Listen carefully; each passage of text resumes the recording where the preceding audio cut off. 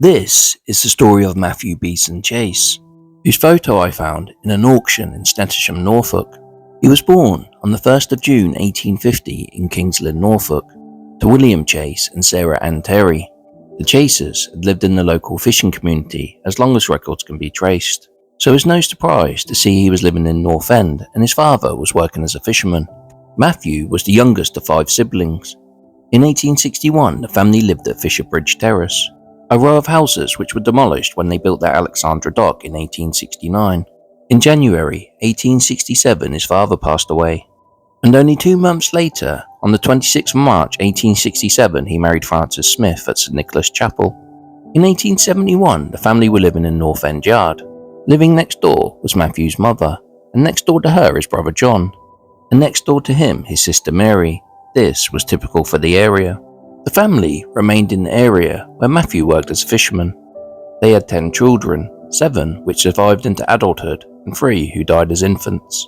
Matthew was a fisherman on his own account and invested his money into a row of houses in St Louis Street, which had been built in the 1880s.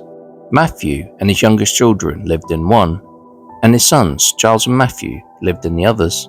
His wife Frances passed away in 1927, aged 83. Her obituary said she was a native of Lynn, and though of retiring disposition was well known.